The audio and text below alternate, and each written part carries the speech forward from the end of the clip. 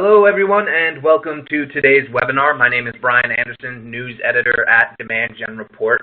The growing prominence of intent data in B2B has been an intriguing topic point for me in covering it for Demand Gen Report for the past couple of years. So I look forward to learning more about it today. Let's get the ball rolling.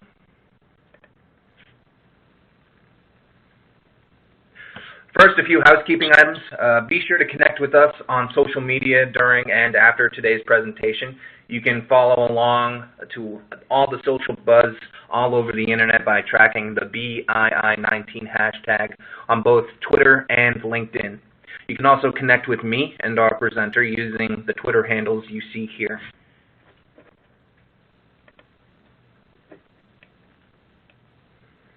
By attending this session today, you've been automatically entered into our prize pack drawing for the series. Congratulations, that was quite easy for you. We're giving away a lot of awesome prizes throughout the event, including Amazon Echoes, Philips Hue Starter Packs, free passes to our upcoming B2B Sales and Marketing Exchange event in Boston, and a whole lot more.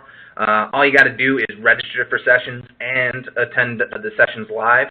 Every time you register for a session, you'll earn one entry into the drawing, and you'll be added to the drawing a second time when you sit in on sessions live throughout the week. So we're at the early parts of the week. Be sure to sign up and attend all of these great sessions.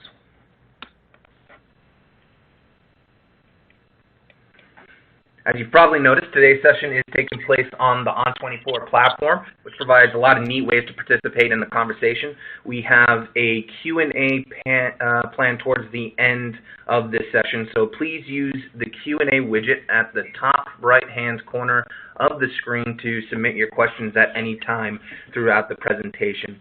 We also have some awesomely relevant and free content available for you in the resource list at the bottom right of the platform.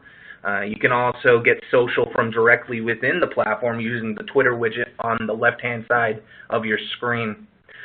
You'll see at the bottom of your screen here to the right of that little paper airplane button there, a button that will lead you to a very brief survey. We want to make sure that our series are relevant, useful, and always improving, so please take the time to share your feedback with us today about the content that we're sharing with you. Lastly, just a quick reminder that today's session is being recorded, and you will receive a link to the on-demand presentation to go and review later or share with your peers and colleagues.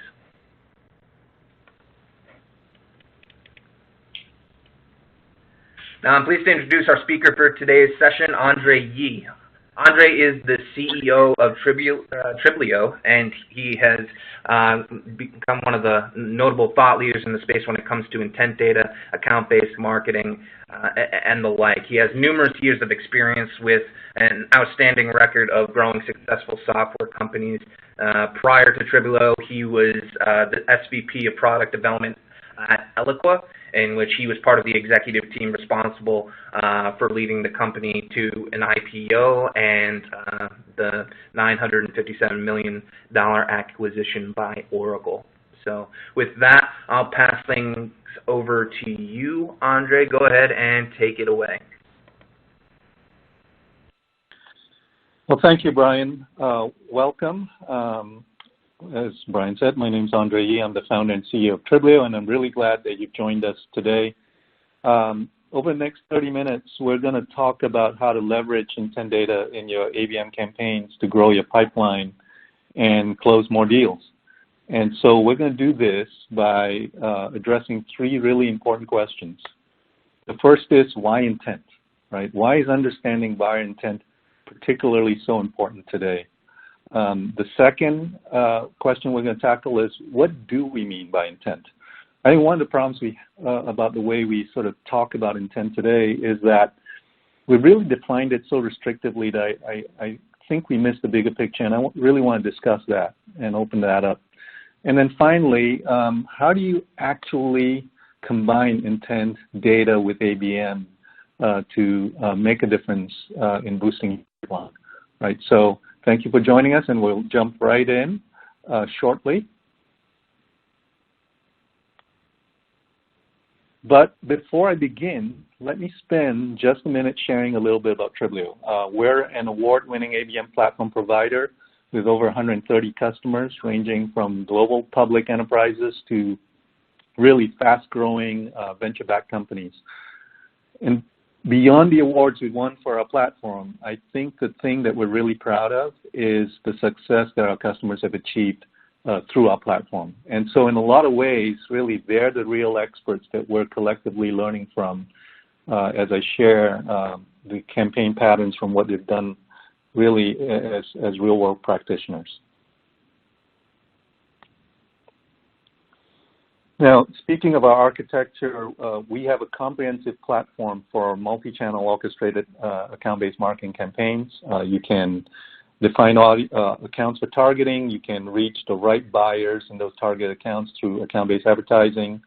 You want to personalize the web experience for those buyers.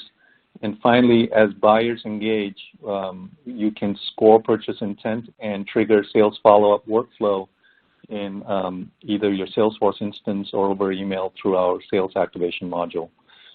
We also integrate with numerous CRMs and marketing automation platforms, as well as Google Analytics and Adobe Analytics.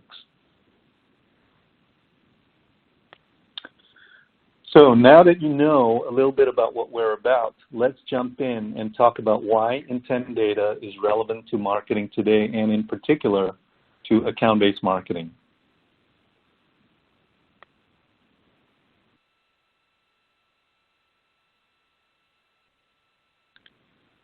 One of the first things to understand is how buyer behavior has really changed in the past decade and how that impacts traditional lead gen approaches. If you think of the initial point of interest and the final point of purchase, traditional lead gen works something like this. Prospect fills out a contact registration form. Marketers using Eloqua, Marketo, HubSpot will nurture and score those leads and then deliver marketing qualified leads to sales for follow-up. The important thing to understand here is that nothing happens from a marketing perspective until someone actually fills out that contact registration form, right? That's why we've traditionally called it the hand raise, right? It's, you know, the prospect raises their hand and gives permission to marketer to reach out. However, over time, what's happened is that buyers are delaying form registrations so that today, when you look at the initial point of interest and final point of purchase, contact form registrations actually happen when approximately 60 to 80% of the buyer journey is complete. So over 60% of the buying journey is complete before the buyer raises their hand and all those marketing automation campaigns kick in. Now, this shift is actually quite profound because what it means is that all that hard work we put into our traditional marketing automation campaigns using Eloqua, Pardot, Marketo, all those campaigns we design and execute, all those lead scoring models we implement, they really only matter to a smaller and smaller sliver of the buying journey. In fact, what we've done is we have data-driven research that shows that 45% of all prospects that fill out a form actually began engaging with the buyer 90 days or more prior to filling out the form. So what that means is almost half engaged the vendor 90 days or more prior to raising their hand digitally. The only problem is that most of the time, you have no idea this is happening. So in other words, if you wait for someone to fill out the contact registration form before engaging them, you're probably late to the party. So the challenge for marketers is this: how do you engage the buyer earlier in the cycle, even if they never fill out the contact registration form? That's why ABM is really important. Instead of passively waiting for someone to raise their hand, you're proactively targeting accounts you care about with orchestrated campaigns and identifying buying intent earlier in the buying journey, which at the right time should trigger sales follow-up.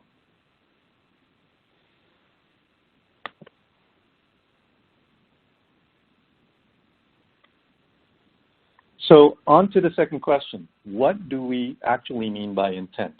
Well, when we talk about intent or intent data today, what we're referring to are signals that indicate purchase intent. So to put it in the context of account-based marketing, based on account activity, does an account actually show indication of intent to purchase, right? So in trying to derive the answer to that question, we need to understand that there are two basic types of intent data.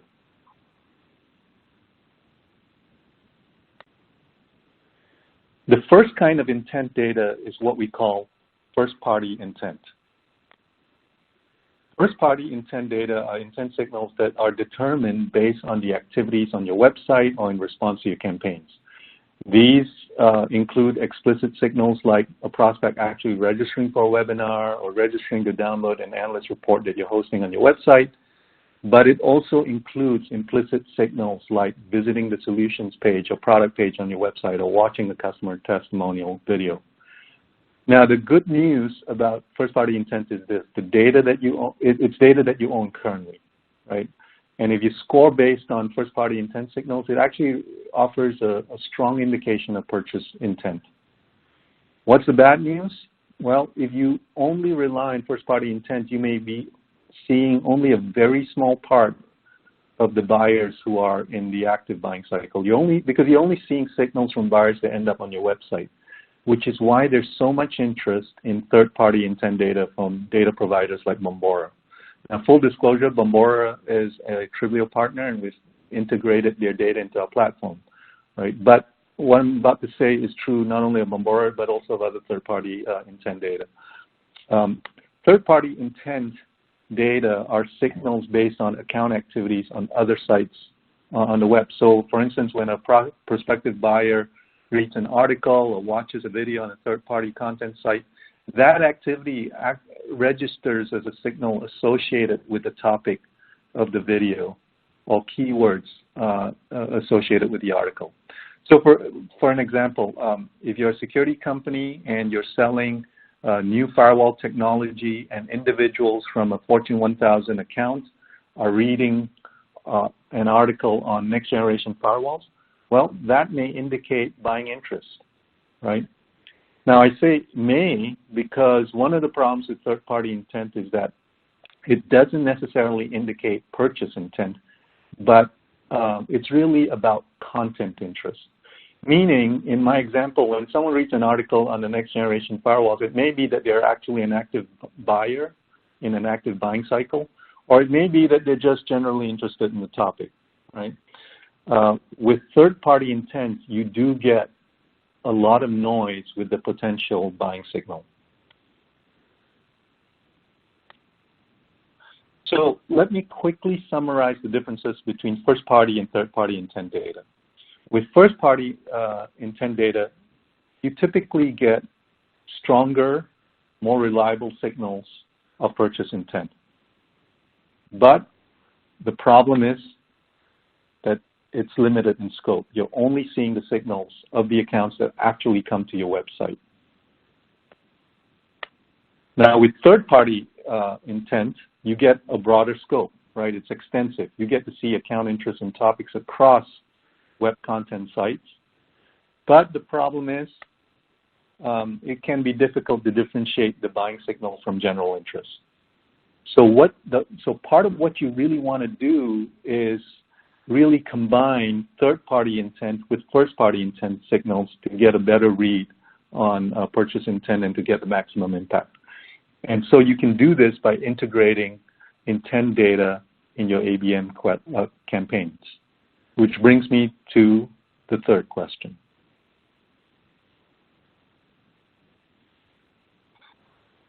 So how do you combine intent data with ABM campaigns to boost your pipeline?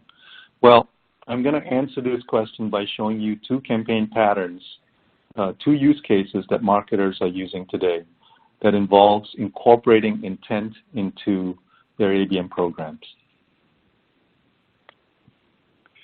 The first use case is about using third-party intent data to orchestrate the buying experience for the top of the funnel through the middle of the funnel. Now, the advantage of third-party intent is the ability to detect early-stage interest based on specific topic interests. But early-stage interest really isn't necessarily indicative of buying intent. So what many ABM practitioners do is that they test that early interest signal by adding those accounts to a display ad campaign designed to capture interest in that specific topic. Then you want to personalize the web experience for those account visitors by intent topic so that prospective buyers that indicate interest in a specific intent topic will have a web experience that actually speaks to that interest. And then finally, when you activate, you want to activate your outbounding through your SDR team. You want to have outbound campaigns based on the same intent topic so that you're truly orchestrating a personalized buying experience based on their interests. And when customers do this, we will often see them drive up their ability to book more meetings, some of them up to 2 to 3 times more meetings. So it's really effective. Let me make this example a little more real by talking about one of our customers, Redpoint Global. Redpoint Global sells CDP, right? It's a customer data platform. And so, and they sell a customer data platform to B2C companies. So naturally, CDP or customer data platform are keyword topics that they monitor for. But they also have product interest triggered by the keywords around the customer experience. And what they know from their selling experience is that when someone shows interest in CDP or customer data platform, the buyer is more technically oriented, more concerned about product capabilities, and possibly from IT. But when someone engages on the basis of customer experience keyword topic, it's a marketing or success-oriented buyer. So they can shape. So what they do is they shape the ad campaigns and web experience to reflect the interests of these respective personas.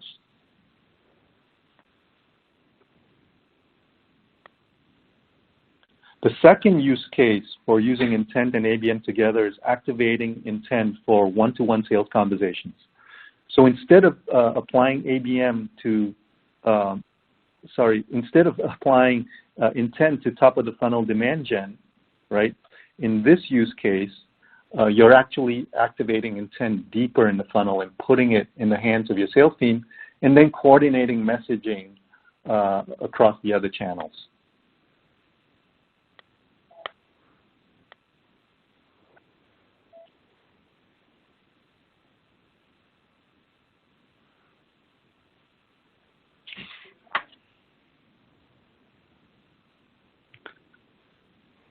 Now, there are 3 examples on how to leverage this for your sales team. The first is what I call competitive box out, right?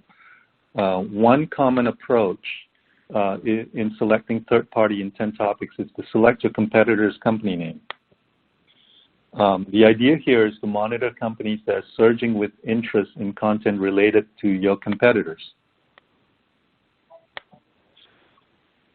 As a contrived example, let's say you're HubSpot, you might want to select Marketo as a monitored intent topic so that you can identify accounts that show high interest in consuming content related to Marketo, whether those are articles, press releases, blog posts, right? This is particularly helpful in the sales process if you can activate this information for your sales team, meaning you can push that information into your CRM for current pipeline opportunities. This is invaluable for account executive because it gives the account executive an indication of who else the buyer is considering or at least researching. And what the account executive can do is prepare appropriately for the next conversation, perhaps to box out the competition by directing the buyer to focus on specific advantages that you might have over your competition. So minimally, by providing that intense information to your sales team, you can be better prepared for those one-to-one sales conversations.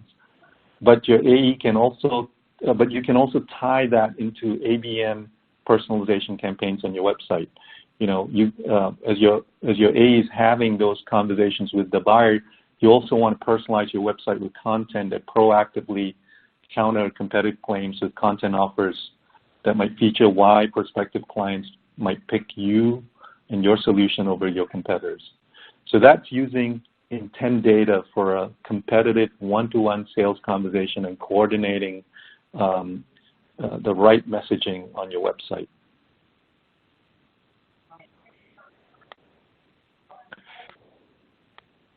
The second example is using first-party intent to identify specific areas of focus interest.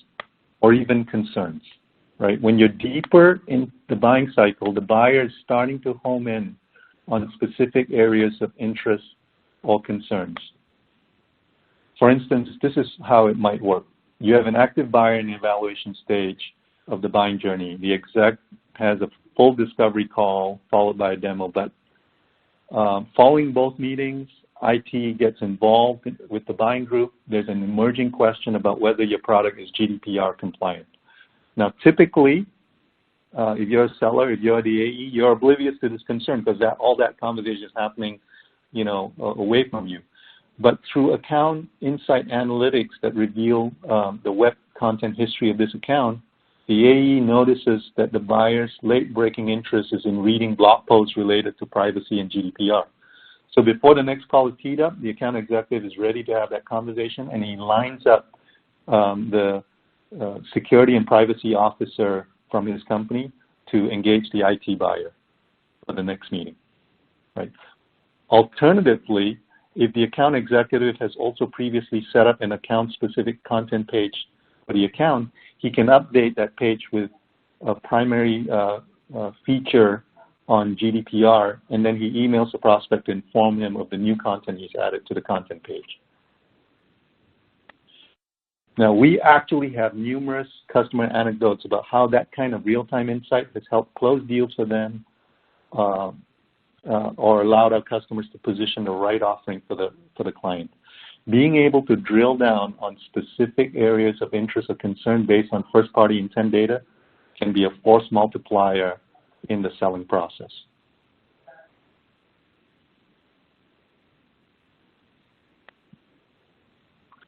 Now, the final example on activating intent data for one-to-one sales conversations pertains to what I call ghost replies. We all know what ghosting is, right? It's when you're in a relationship or an ongoing conversation with someone and suddenly you never hear from them again. Well, anyone who's sold for a living can tell you it's a common experience for sales and sales development professionals. It's a terrible feeling. Buyers suddenly just stop responding to your calls, your emails. What's going on, right? One thing intent data provides you is insight into ongoing account interests, even if they aren't responding directly to your emails. In this case, when I speak of intent data, I'm referring to both first-party intent, meaning the intent activity on your web properties, as well as third-party intent activity across the web based on content interest topics. The best example I have of this is actually from our own experience at Triblio, but it's also indicative of what a lot of our customers have done. A common ABM practice for our account executives is to curate relevant content to an account-specific content page. Very often, even when those accounts have stopped responding to our emails and calls, and it may appear from the outset that they have ghosted us, right? They're actually still engaged with us in the buying process. We just don't know about it because they may actually be buying time to check out our competitors, or maybe they're waiting for an internal decision, so they don't want to reply to the salesperson directly. But what happens is we actually get indications of their interest when we get notified that they're consuming content on the account content page we prepared for them, or if they visited our website to look at a specific topic. So the AE may have sent out an email indicating we've added a relevant video testimonial. We'll get no response from the buyer, but we'll see corresponding account activity, intent activity on the content page that they're actually checking out the new video. That tells us they're still engaged. They've seen the video. And what it really does is it gives the AE confidence to continue engaging.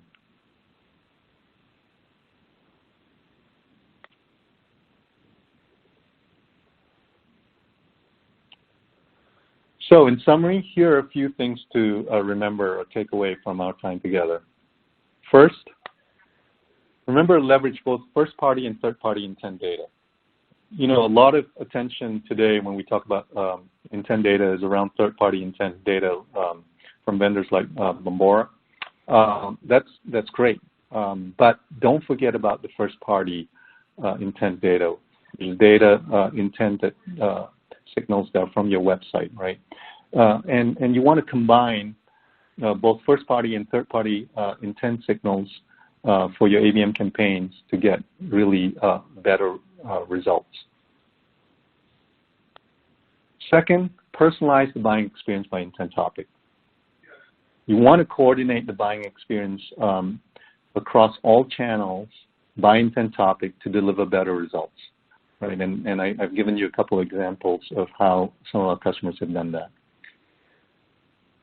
And then finally, remember to activate intent for one-to-one sales conversations with the buyer.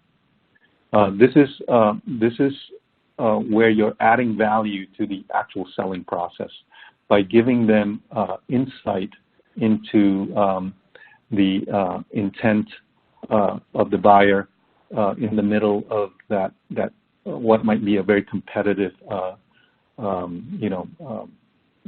selling cycle. So if you activate intent for your one-to-one sales conversations, you're actually adding significant value to your account executives' ability to engage the buyer on topics that are most relevant to them, to help them box out the competition, and giving them confidence to go on even because they can get past the ghosting of that account and actually see that the buyer is actually still engaging with them. I hope you've enjoyed our time today, and I'll encourage you to explore using intent data with account-based marketing to deliver better results and boost your pipeline.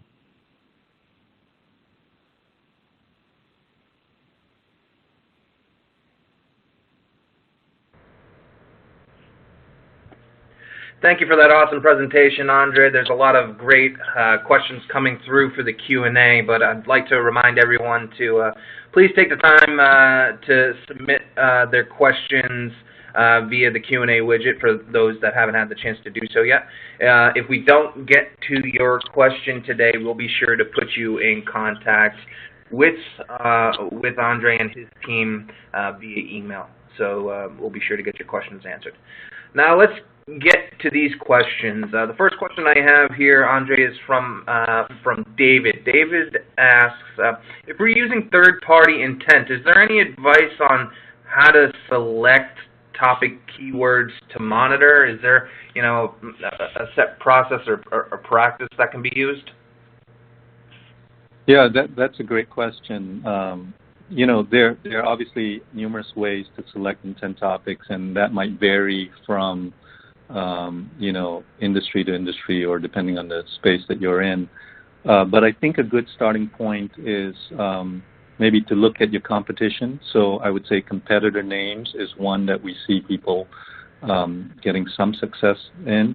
I think you also want to consider common industry terms. For example, I'll just say for Triblio, we will obviously look at account-based marketing or ABM as a term that we'll want to look for in terms of surging interest.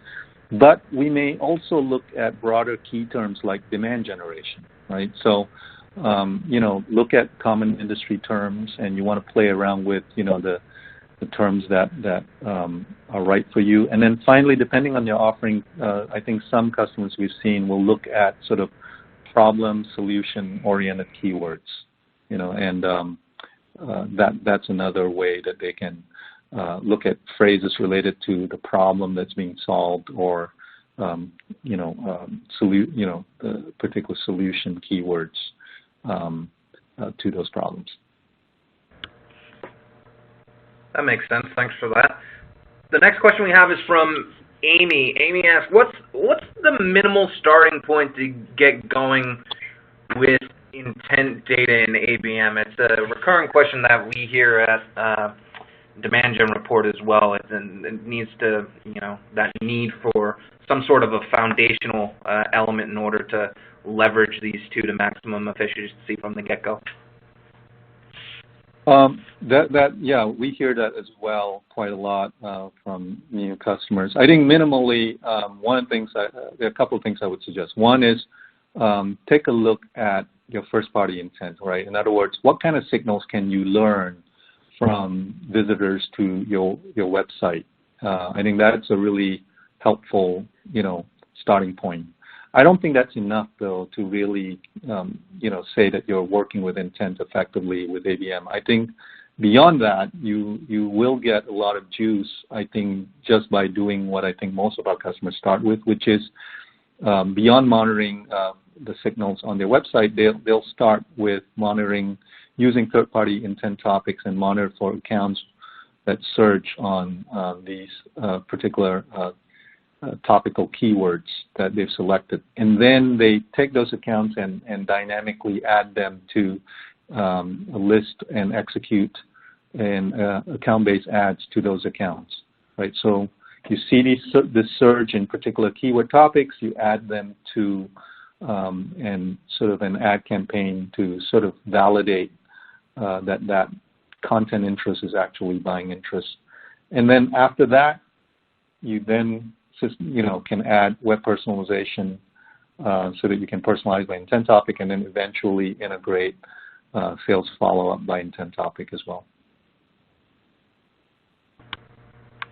Yeah, so it sounds like it's more of a building block sort of approach where you're taking baby steps to ensure that you're going the right way with your efforts, whether it be intent data or account-based strategies or both. So thanks for that, Andre. Yep. Unfortunately, that's all the time we have for questions today. Again, if you didn't get your question answered, we'll be following up via email. So keep an eye out on your inbox for a note from us.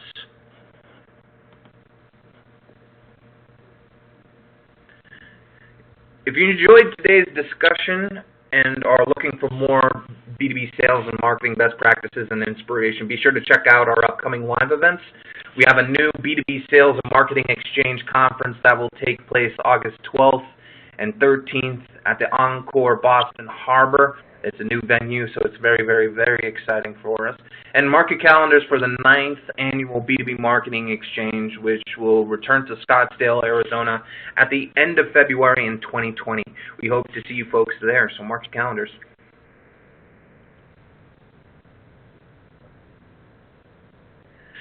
Again, I want to say thanks to Andre for such a great session, and thank you for all of our attendees for joining us today. Friendly reminder that the session will be available on demand for you to review again or to share with your peers. We'll be back very shortly because at 3 p.m. the folks at VanillaSoft will be sharing research tips and best practices for developing a buyer-focused sales engagement strategy.